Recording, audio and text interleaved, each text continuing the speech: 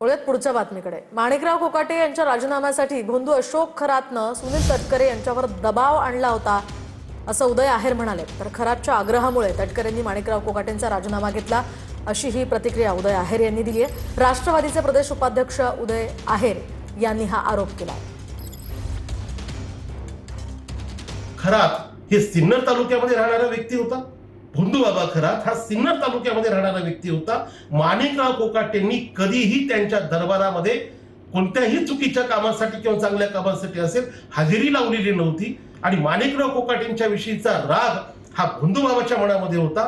त्या गोष्टीचा कुठे काही संदर्भ तटकरे साहेबांचं त्या ठिकाणी जाणं, त्याच्यामुळे त्या भोंदू बाबाचा तटकरे साहेबांवर काही त्यामुळे आपण म्हणतो की त्याला आग्रह असणं किंवा त्याच्यावर प्रेशर असणं आणि त्या प्रेशर पोटी माणिकराव कोकाटेंचं खातं बदलणं याचा संदर्भ कुठे येतोय का? आता हे सगळे प्रश्न आमच्या मनामध्ये कुठेतरी चेन जोडल्यापासून येत आहेत।